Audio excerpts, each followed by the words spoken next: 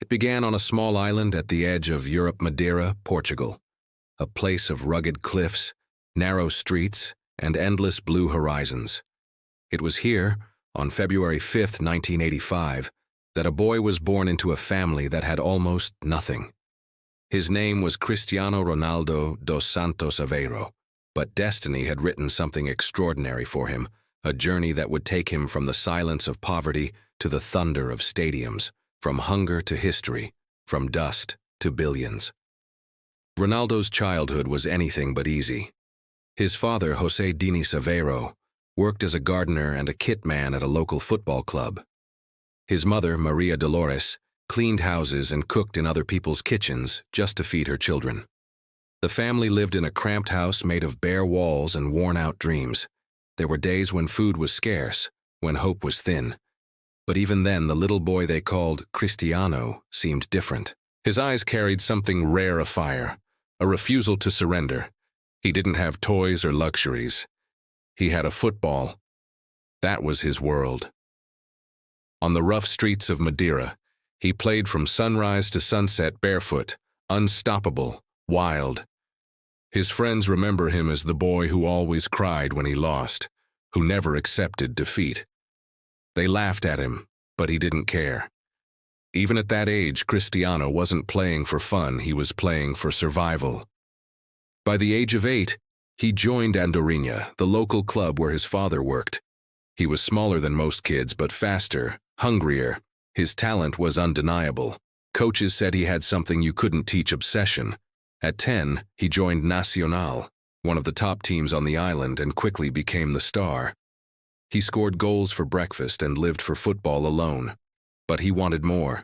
He dreamed of the mainland, of sporting Lisbon, the place where real stars were born. His mother believed in him. His father, despite his own struggles with alcohol, supported him in silence.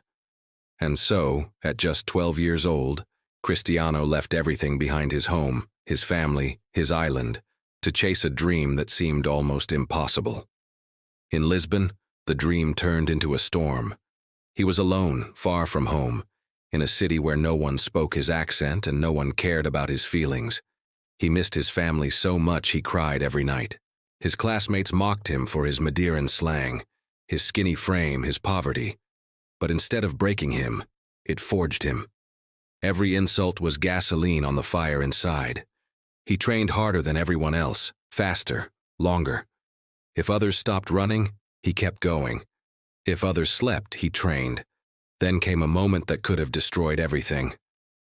At 15, doctors discovered he had a heart problem: tachycardia. His heart would race uncontrollably, even when resting. It could have ended his career before it began. But Cristiano refused to be a tragedy. He underwent surgery, came out strong, and returned to training within days. It was as if destiny had tried to test him and failed. At 16, Sporting Lisbon's coach called him to train with the first team. He dazzled everyone. His speed, his control, his courage. It was like watching a storm in human form. The world began to take notice. And one night in 2003, during a friendly match against Manchester United, everything changed. Cristiano tore through their defense like lightning, leaving players dizzy and Sir Alex Ferguson amazed. That night, Ferguson made a decision: he had to sign that boy. At just 18, Cristiano Ronaldo became a Manchester United player. The jump from poverty to the Premier League was surreal. But he didn't come to admire the lights, he came to dominate them. His first months were hard. England was cold, ruthless. Fans mocked his flashy style. Critics called him arrogant. But behind the glamour, Cristiano was grinding in silence. He spent endless nights practicing free kicks, improving his body, sharpening his mind. Within a few years, he transformed into a machine. His dribbles turned to goals, his goals turned to trophies, and his name became a roar in stadiums across the world. In 2008, he lifted his first Ballon d'Or. For a boy who once couldn't afford a proper meal, it was a moment of destiny. But Cristiano wasn't satisfied. He wanted more, always more. In 2009, Real Madrid paid a record-breaking fee to sign him. The move made headlines around the globe. The The world's most expensive player had arrived at the biggest club on earth. The pressure was immense, but pressure was his oxygen. From the very first day, he set out not just to play for Madrid, but to rewrite football's history books, and he did. Season after season, goal after goal, he became a symbol of relentless ambition. He didn't rely on talent alone, he built himself like a fortress.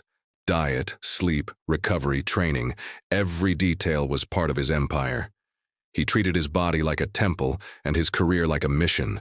He broke every record imaginable. Most goals in a season, fastest to 100 goals.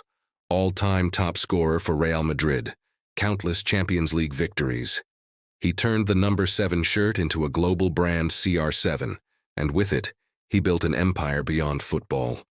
From fashion lines to hotels, fragrances to fitness centers, Cristiano transformed himself from an athlete into an industry.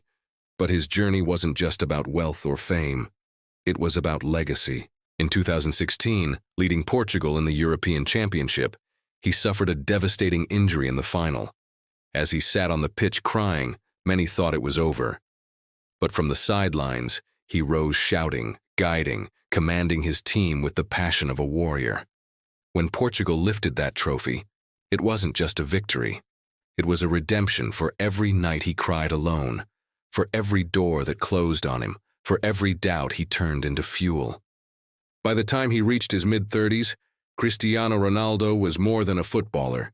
He was a phenomenon. The kid who once slept in a shared room in Madeira now owned jets, cars, mansions, and most importantly, respect. He became one of the first athletes to cross the billion-dollar mark in earnings, a title that symbolized not greed, but grit. Even as he aged, his hunger didn't fade. Whether at Juventus, Manchester United again, or Al Nassr, he carried the same energy, the same fire that started in the narrow streets of Madeira. He kept scoring, kept inspiring, kept reminding the world that success is not born in comfort, it's forged in struggle. Cristiano Ronaldo's story isn't about luck. It's about discipline so ruthless it frightens mediocrity. It's about refusing to let poverty define you, refusing to be broken by pain, refusing to stop when others do. It's the story of a boy who dreamed with empty pockets and ended up owning empires. From the dust of Madeira to the wealth of the world, from tears to triumph, from nothing to billionaire, Cristiano Ronaldo didn't just change his life.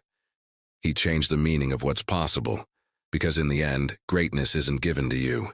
You earn it, inch by inch, hour by hour, when no one is watching. And Cristiano Ronaldo, the boy who had nothing, became proof that with obsession, courage, and unbreakable will, you can have everything.